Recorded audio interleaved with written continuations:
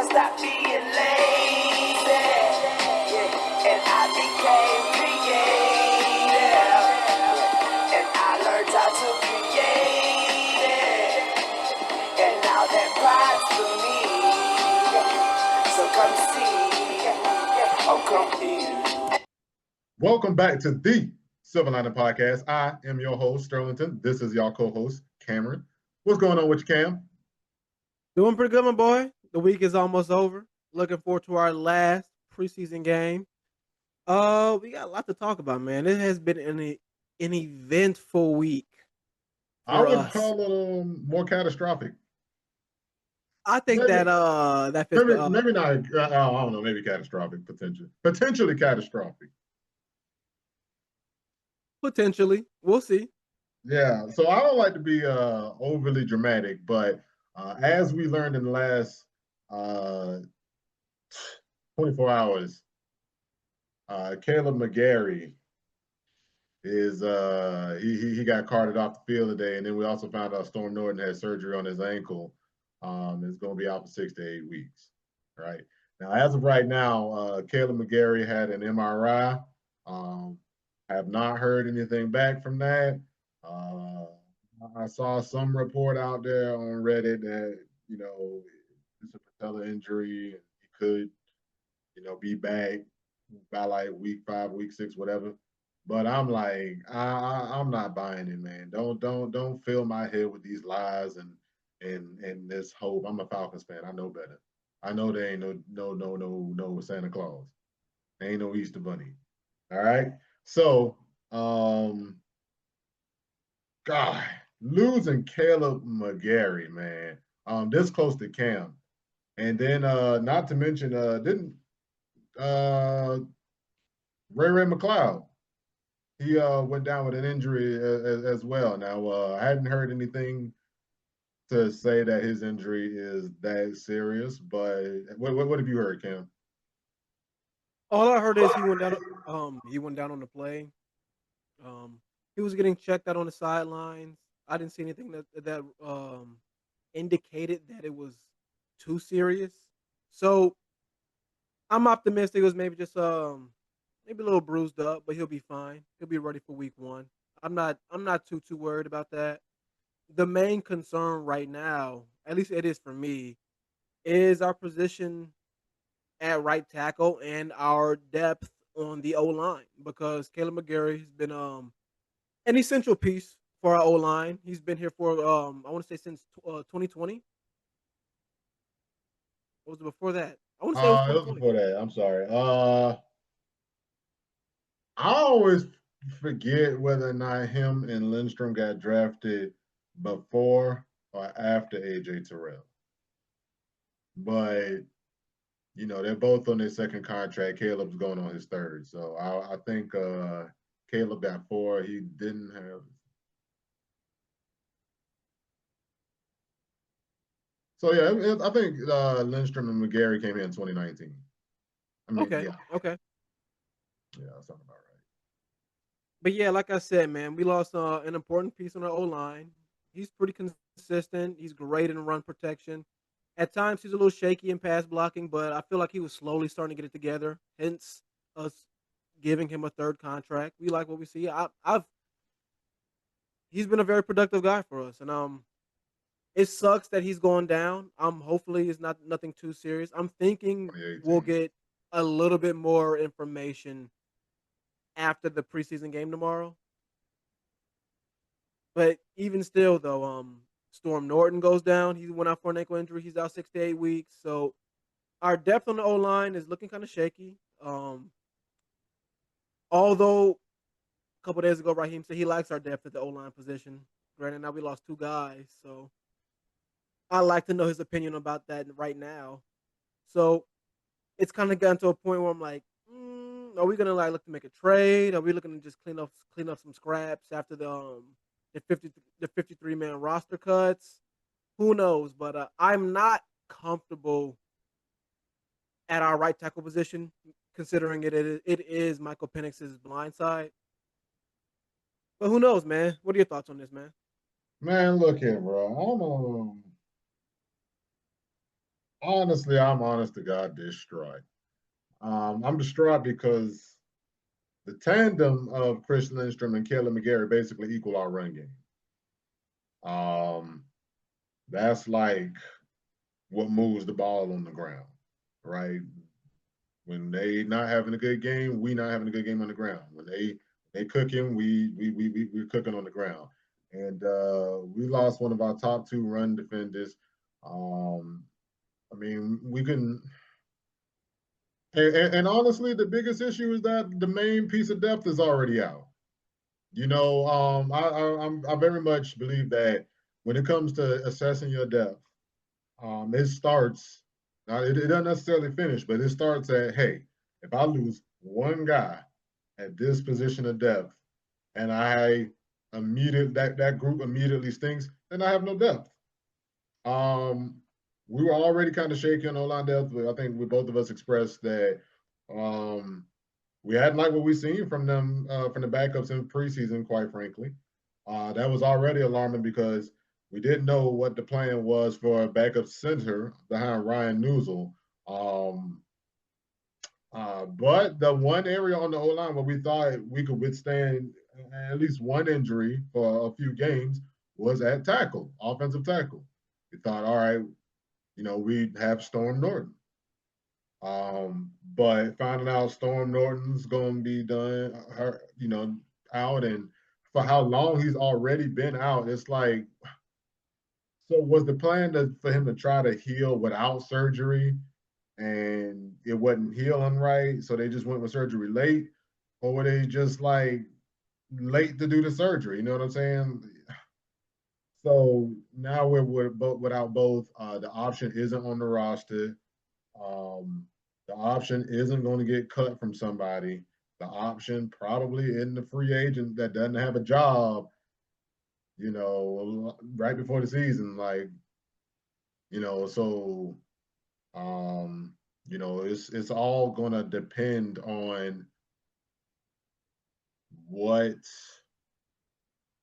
it's all gonna come down to basically what we can bring in through the trade. Oh, how badly Kaleb McGary's hurt. If Kaleb Mcgary is actually going to miss some extended time, or if this turns out to be a major injury, um, then I think we know what you got to do. It's time to make a trade for a starter, that is. Because, see, that's the thing that we don't know with regards to knowing, all right, what's the move to make, right? Are we replacing Kaleb McGary, or are we replacing Storm Norton? You know what I'm saying? Who are we replacing with this trade piece? Also, we already dug into the cookie jar for next year for this year. So now we about to have to give up another asset for next year's draft to fill a hole in this year's team. I mean, of course, man. And Psst. Hey Cam, you seeing this shit? oh yeah, I think I am. What is that? That's a person watching this podcast that hasn't subscribed. Subscribe. The button's down below. If we're keeping it a buck, I think out of everyone in that Falcons front office, Terry's seat is the hottest. So I believe he's going to do whatever it takes to keep his job. So we're going to eventually learn the severity of Kaleb McGary's injury. I'm thinking it'll be tomorrow. They have that MRI back. Those come back soon. So we should have an answer tomorrow. And if they put him on the pup list, then I'd imagine we're going to make a trade. Because if it's a knee injury and if it's not season ending, that means he's going to miss some time. And I'm thinking minimum 4 games. Granted, the season is what, like 2 weeks away. Yeah. I'm thinking minimum 4 games, 6-week injury. So we'll see. We'll see. But if they put him on a pup list, I'd imagine us making a trade for someone. Yeah. Whew. And look, the main thing now is we don't know how long he's gonna be out, right? So I guess the main thing now is just to figure out what's going to be the immediate fix for the situation. Um, and I keep hearing people float this idea around about Matthew Bergeron kicking out the right tackle. Um, I don't like that idea. I got to be I don't honest. either. I don't So either. so what's your biggest gripe with the idea? Because I know I saw I all right, for me, my biggest gripe was that I'm looking at, all right, so let's just say what's the worst case scenario and the best case scenario? What are my possible scenarios and then rank them from worst to best, right? Best case scenario is that you move Matthew Bergeron out to tackle. He's a passable tackle, and the person you replace at guard with the current options at guard, I'm like, he's still kind of getting his ass kicked, probably. You know what I'm saying? So the best case scenario is you put a patchwork or replacement level player at right tackle and left guard, right? The next best case scenario is you move Matthew Bergeron out there to tackle. He's a good tackle. Your guard is a complete waste, right? And then your worst case scenario is Bergeron sucks at guard, and your left guard sucks as well. So now you've created two holes on your O line trying to fix one. I think continuity wise, most of that part is still the same. You just need to replace one. I think honestly, the main thing you need to focus on is getting the guy back there that can run block. It's probably easier to find one of those this time of year than to find somebody who's a great pass protector, just, not in someone's camp, not on someone's team. He's just a free agent. He's just going to get cut. That's a good pass protector. Like, come on, no chance. Let's just try to get us a good run blocker, somebody who can move. I don't know who that would be. I'm just playing the numbers when I say that. And then we're gonna have hey, matter of fact, you know who this really else put on the hot seat? So that when I think about the people who this puts on the hot seat, right? I'm like, hey, look, there's two people that puts on the hot seat for me. One is Terry Fontenot. Two is Zach Robinson. Now, we're gonna start with Terry Fontenot. Terry Fontenot. Now, we got to give Terry a little grace, right? I know Terry is a polarizing figure. Got to remember when he first came here, he was cleaning up Tommy D last mess. Tommy Dimitrov. I think that's the GOAT Falcons GM. Tommy Dimitrov, he could draft some parts of a football team well, and he could fuck up a contract and draft other parts of the team poorly. But when he left a lot of debt for Terry Fontenot to have to clean up. And he made some bad picks, except for, AJ Terrell and Chris Lindstrom and Kaleb Mcgary. He left him a couple of good draft picks at the end. But Terry was taking over the team in a bad cap situation. Then we cut Matt Ryan, and then Matt Ryan's cap situation carried over. So we spent a lot of time on Terry's regime not having money. But where the grace ends is when you start looking into the draft classes. Now, the money situation was what it was when you took over. But when you took over, you had 9 picks in your first draft. I know Cam is ready to cue it up. What was the picks again? Oh, would you like me to go through them? Oh, absolutely. Because I'll tell you why I want you to stop real quick. Go ahead. Okay. All right. Pick one. I'll just start from the top. Yeah. Kyle Pitts, Uh-huh. Richie Grant, round 2. Mhm. Round 3, Jalen Mayfield. Stop right there. Now, when we talk about O-line depth, Jalen Mayfield's a guy you took in the 3rd round. Ideally, a 3rd round is a guy who can be a starter for you. But if he's not a starter for you, he should at least be quality depth. That's an O-line position that Terry Fontenot drafted. And guess what? Not even in the league anymore. Now, you're thin at guard. That's a guy right there.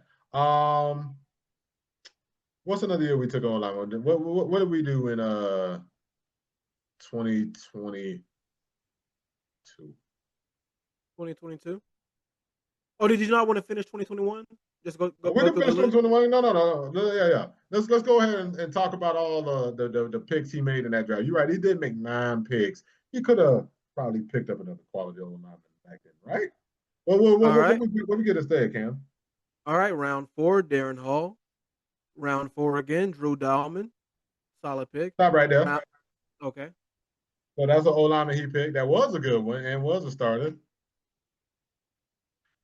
And now he's no longer a Falcon. He's a Chicago Bear. Go ahead, roll that footage, Cam. All right. Round 5, Taquan Graham. Round 5, Atakumbo Onjudeji. Round 5, Avery Williams. And round 6, Frank Darby. So I don't think I need to go into that too much. I think we saw that was a year where Terry Fontenot had 9 picks. And what? How many of those guys not even on the team anymore? I know Kyle Pitt's still on the team. And what? Is that it? And we just let Williams go to, oh, that's right. Yeah, Taquan Graham. That's it, though. Yeah. Kyle Pitts and Taquan Graham. Kyle Pitt's on his 5th-year option. Those guys didn't even make it to the end of their rookie deal. Well, anyhow. That was his first draft, not his finest work. I will say over the years he has improved, but if we're keeping it a whole buck, I think Terry's future relies on the 2024 draft class, who we drafted last year. And if I'm gonna bring that up just because I kind of wanted to just talk about it real quick, because in this draft class, pretty much all of our guys last year, I want to say he drafted 1, 2, 3, 4, 5, 6, 8 picks. 2 of those guys aren't even on the team anymore, and we have 6 hopefuls. And I'm gonna list these guys off and let me know what you think, man. We got Michael Penix, we got Rook, we got Braylon Trice, Brandon Dorless, J.D. Bertrand, Jace McKellen, Casey Washington, and Zion Logue. These are all guys who are all have potential, but this is what you said when it comes to depth. These are guys who have to produce. This draft class has no choice but to produce, because if they don't, Terry won't be here next year. Yeah. No. They playing for Terry's job. They absolutely are, man. Because if we're being honest, I think me and you kind of felt this way, is that Terry has mismanaged this O-line.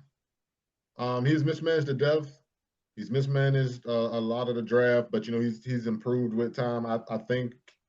But 2024 draft, like you said, the reason why that one's so pivotal because that's like the joint, and that's like showing the full turning of the corner as far as his draft classes. Because when you started out in the beginning, it looked awful, but then you start to see a little progression, and it's like, all right, this last year, he had 5 picks in the draft.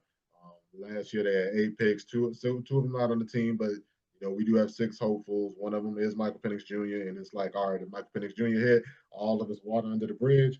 But now that we have this issue with the O-line, we seeing that, we seeing the flaws in how Terry has built the team. Now, when we talk about another person who I think puts under this microscope is Zach Robinson. I think on the last show, me and you both said, hey, look, hope Zach's good.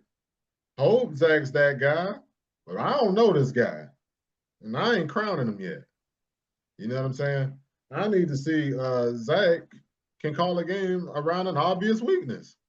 You better believe Todd Bowles saw the injury report.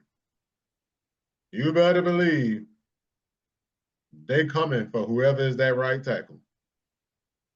They're going to throw twists, stunts. They're going to put their best pass rush on their side. They're going to do everything they can to expose that position on the team. And I need to see how Zach Robinson is going to coach his way out of it this time. Because I felt like last year we kind of like just depended on players.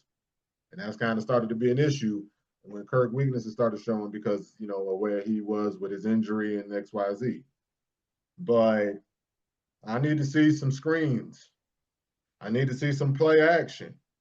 I need to see how you're going to manufacture some run game or some short gains and manage short yardage situations with this offensive line, the state of the system. Like when you talk about, you know, guys who are linchpins and how this whole system works, Kaleb Mcgary is one and Clint Lundstrom one because they're a duo. They're a tandem. That's how you win in short yardage. That's how you get the run game. But now we're in a position now where when it's 3rd and 1, are we really about to run the ball?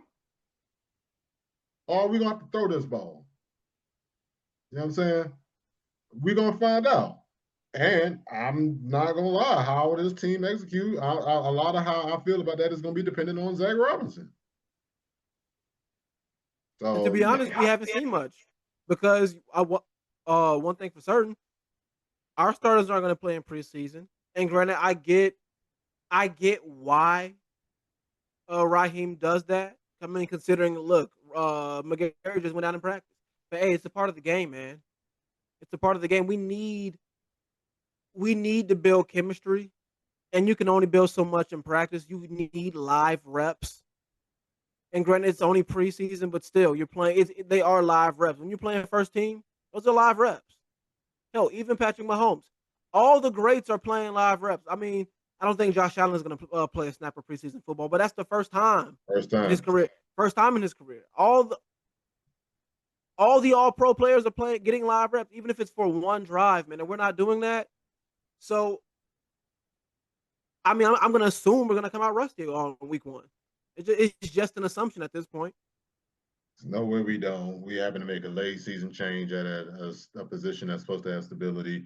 New quarterback, although he is getting acclimated to working with these guys. He's left-handed. I don't know what that's going to change for Zach Robinson. You know, maybe we got to call XYZ, whatever. But yeah, man. Yeah, I'm concerned. And then we hadn't even really talked about the wide receiver because, like, you know, hypothetically, if Ray McCloud's injury is, you know, a little more serious than we think, and he got to miss some time, Darnell Mooney and Ray McCloud are both hurt. We really about to see what that receiver depth looking like too. Yeah, we're gonna see. You know, I see Casey Washington wasn't really playing, and I don't think he played in the last game. I'm like, oh, okay, so Casey Washington probably making the team. And you know, who else is, you know, gonna be the people who emerge from these camp battles?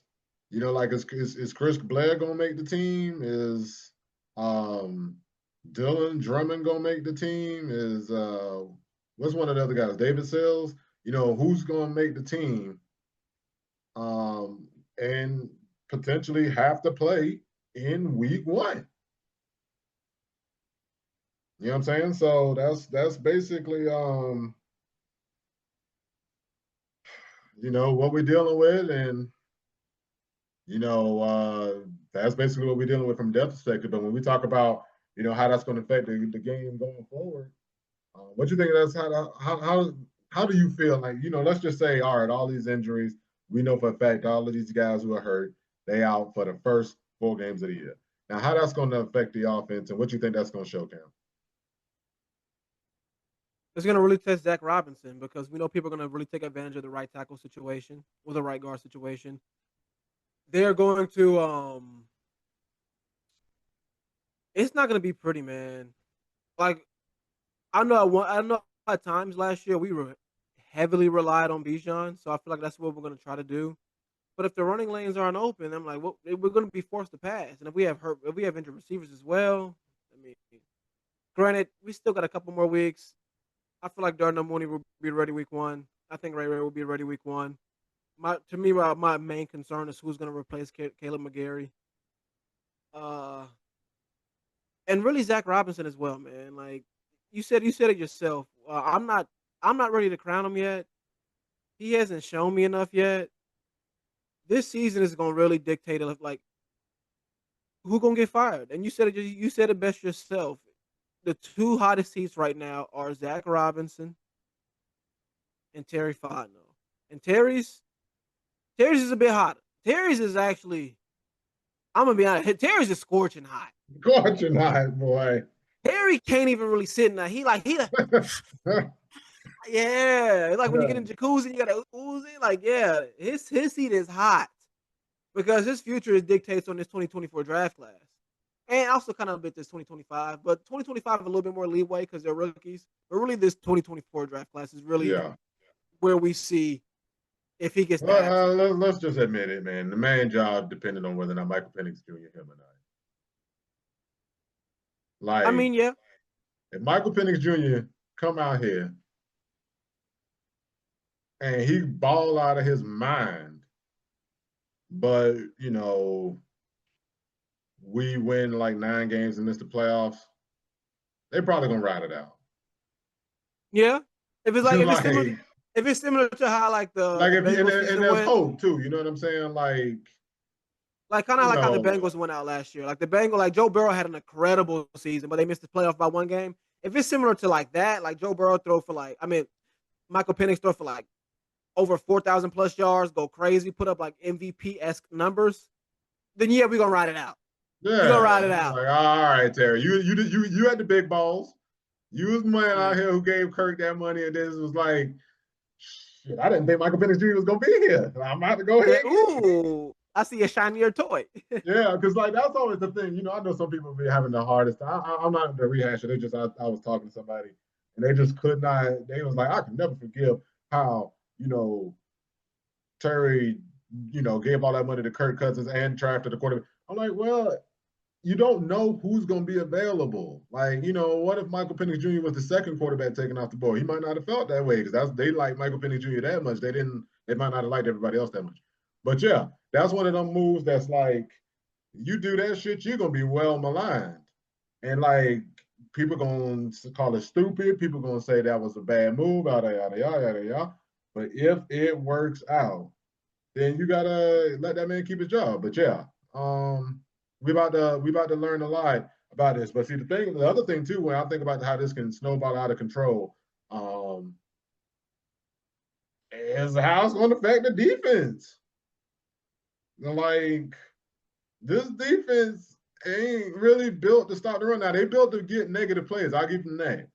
It's going to be some times where they stop the run because they get a penetrating play, they get a tackle for a loss on first down, and now the other team behind the sticks, they don't run the ball no more, and then they get bailed out.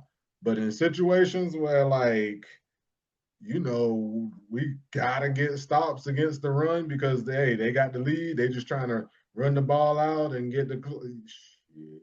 We going to have our hands full. And, we supposed to be the high-scoring offense that doesn't have them in those positions so that, we have them in positions where they can just pin their ears back and go after the quarterback a lot. You know what I'm saying? And so,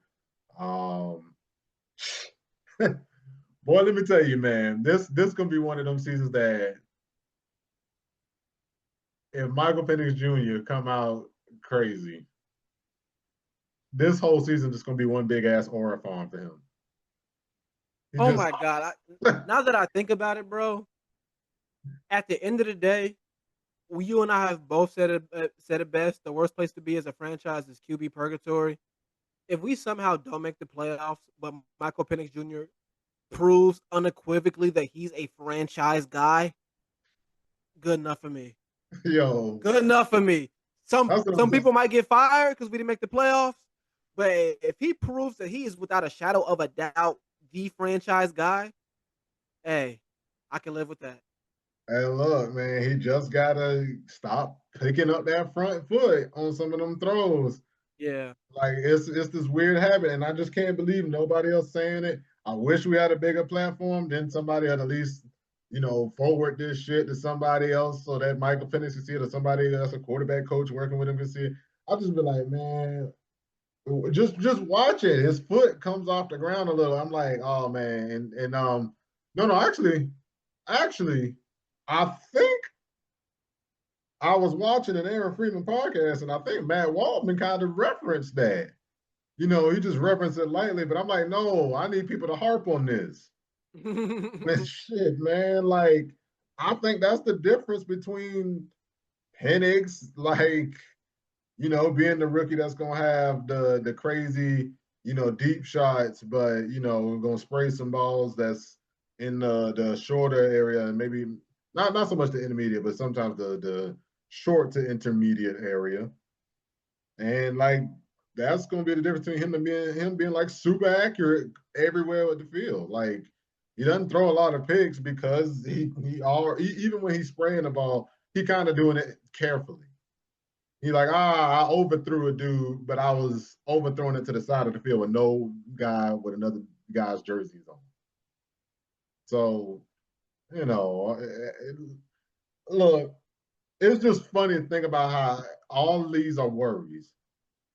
And it's like, damn, Penix really got a chance to come to Atlanta and be Black Jesus.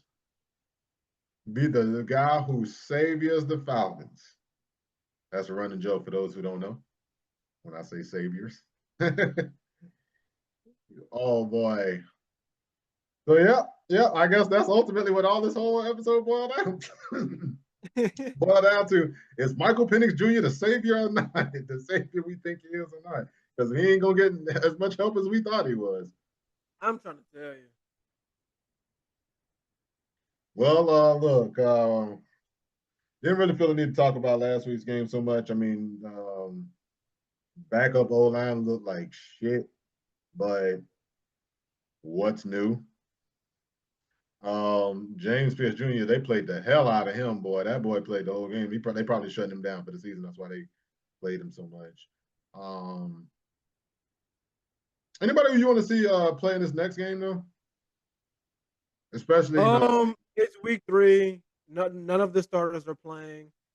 So once again, some fringe guys. I doubt DeMarco Helms is going to play. Maybe some of the rookies. they ain't playing him. That meant DeMarco Helms gonna kill somebody. We'll see if some of the rookies play. But even still, I don't think James Pierce Jr. is going to play. I doubt Jalen Walker will play. He's been nursing a groin, so they're probably going to be slow with him and just make sure he's ready for week 1. Billy How Bowman is he gonna be Jr., ready for Xavier week 1 Watts. if he ain't getting no reps, man? That's what I'm saying, man. But hey, health is wealth, and if he's healthy for week 1, then I Come a guess little closer to the mic. health is Oh, yeah, wealth. right And there. if he's healthy for week 1, then I guess trial by fire, man. Trial by fire.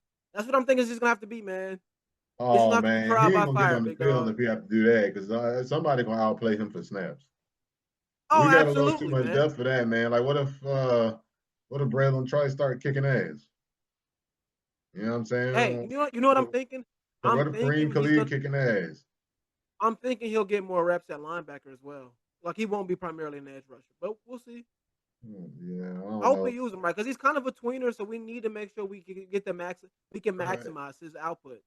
He a tweener, but he a tweener that really needs the main pass rusher, in my opinion, because he a guy who can play linebacker, but like he don't have like what I consider natural instincts for linebacker. You know what I'm saying? So like I feel like you'd have to have him at linebacker when you already know what the situation is going to be and what his role in that situation going to be. You Okay. know what I'm saying? Okay. Like it's like, all right, it's a third down and he linebacker and he blitzing. You know what I'm saying? Or you know, he just playing a hook zone. Maybe he'll play man against the back at one side or something. I don't know. It all depends on the back. I don't really recall how well I liked him in coverage or not. But yeah, I mean, I guess we just looking to see the last bits of depth. You know, obviously depth is now the question of the damn day. Like, what end of the pool are we in when we talk about each of these positions? It seems Yeah. like, you know, I mean, don't get me wrong, I like that we attack certain positions, but boy, we did not attack some of the ones we should have attacked. And it's one of them things that it gets compounded by the fact that when you start looking at Terry's whole regime, it's like, all right, there was plenty of times for us to attack these positions, but we didn't do it. You know what I'm saying? Especially when the draft happened after we let Grady Jarrett and Drew Dalman go. Grady Jarrett and Drew Dalman left before the draft. So we could have addressed this in the draft. We could have drafted an interior defensive lineman. We could have drafted an O lineman. I mean, we did, but Jack Nelson in the 7th round. Granted, we I had feel other like reasons we to kind of fail. addressed Root the year before. I mean, addressed Grady Jarrett the year before. Like No, that's that's kind of fair. That's fair enough. That's fair enough. But O line, if we letting Drew Dalman go and not picking somebody else up, I think that was a mistake, man. And we'll right. we'll see what we do.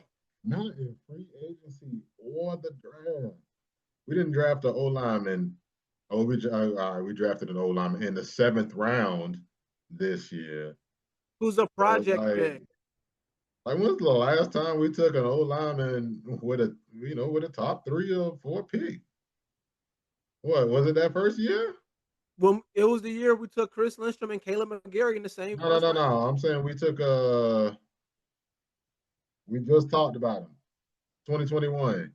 Jalen Mayfield. Yeah. Drew Dalman. The last time we took offensive linemen in like the first 5 rounds.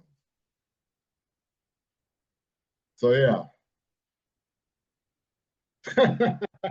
I'm sorry. And we don't have a first round draft pick this next year. I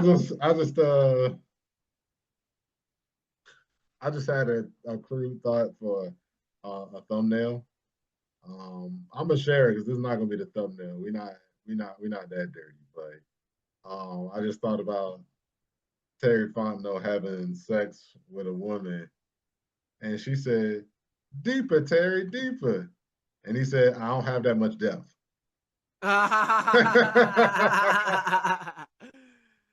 Oh my God.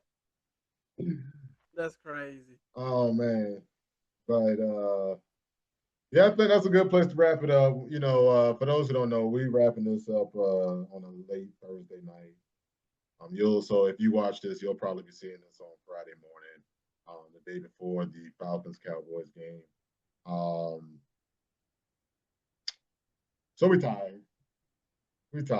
But we do it. Because everything we do. All right, I'm sorry. Hear me singing. I can't. That's just. I sing a little bit.